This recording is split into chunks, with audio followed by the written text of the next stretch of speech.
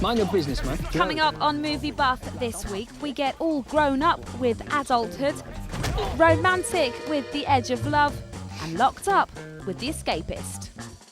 Keira Knightley and Sienna Miller take on Dylan Thomas for their latest film, but forget his plays, they're looking at his very colourful personal life in The Edge of Love. They star as the two loves in the life of the writer-poet, and when it came to challenges, this film definitely threw some in Keira's direction when she was told to sing live. Lady with a love so great and a love so small. But fear not, she's got no intention of swapping movies for music. And the first kind of couple of times I tried to sing the song, I was really squeaky, forgot all the words. And, you see everybody's face, and I could just tell that everyone was going, wow, she's dreadful. Yes, they may be two of the hottest stars around right now, but Keira and Sienna aren't afraid of looking bad on film. In fact, in this movie, they pull on their heavy knits and welly boots, and Sienna even tackles a pretty nasty-looking head wound. But she says the more gore, the better. People were quite grossed out, and actually they'd pour blood inside, so that when I pulled it, it was a very great makeup job. If I had my way, I'd have one eye and a hunchback. I'm like prosthetic mad, as much as I can get as possible. So that was a perk. And keeping the lineup of lovies in line was director John Maybury, who certainly had his hands full. I phoned Sienna one day, sort of saying, "Where are you?" on the weekend, just one day off. And 3 days later, she shows me this video of the four of them belting across a cliff top in Wales. In their insurance claims, they're not allowed to ride horses, go on motorbikes. The quad bike was taken away from them. So what was Keira's defence for all this wild antics? I didn't do quad biking, I'd like to add. Yes, it's slightly questionable as far as insurance goes. But whether you watch The Edge of Love for the on or off-screen action, one thing's for sure, when you were forced to study Dylan Thomas at school, I bet you had no idea just how saucy his private life was. When I was like 15, all I wanted to do was get older. Now I am. I've never felt more like a kid in my whole life. You get me?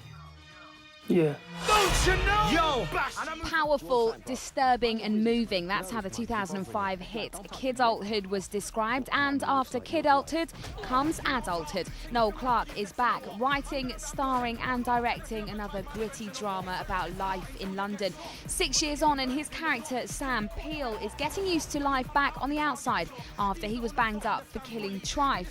This time it's Sam, though, trying to get across the message to stop the violence. The message he didn't listen to all those years ago from Trife. You've had a squeeze.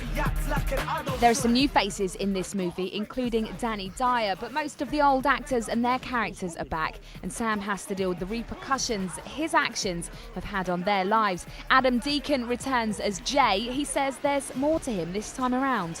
I think he's still as hype as he was on the first film, but I just think he's had to do a lot of thinking. Obviously, Trife, his best friend's dead.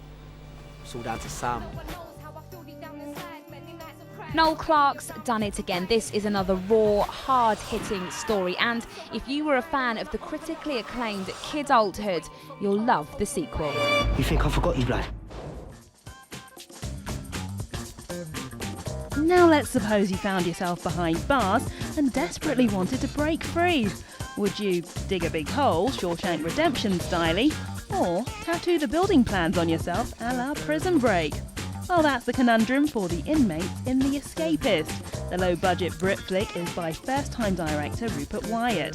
He wrote the whole thing for his good pal Brian Cox, who says, prepare yourself for one big roller coaster ride. When that bit where you come down, you think, I'm going to hit this bit.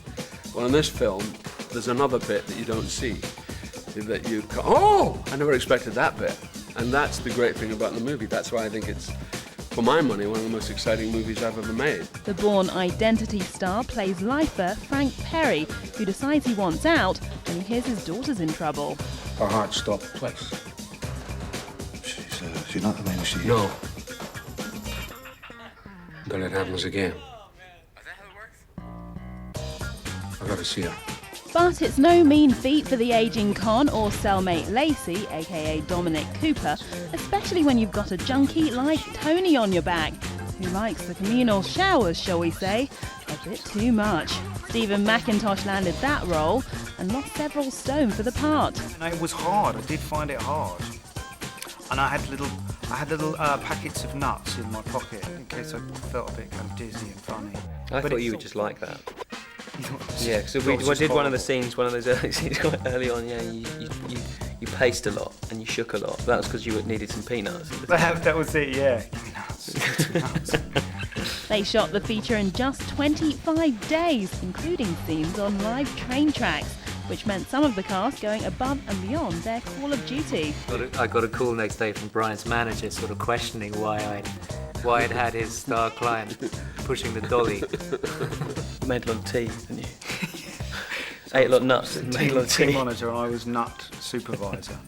And if you're thinking, well, Prison Break the series had more eye candy, don't be fooled. A star turned by UK heartthrob Joseph Fiennes makes this well worth doing time in the cinema.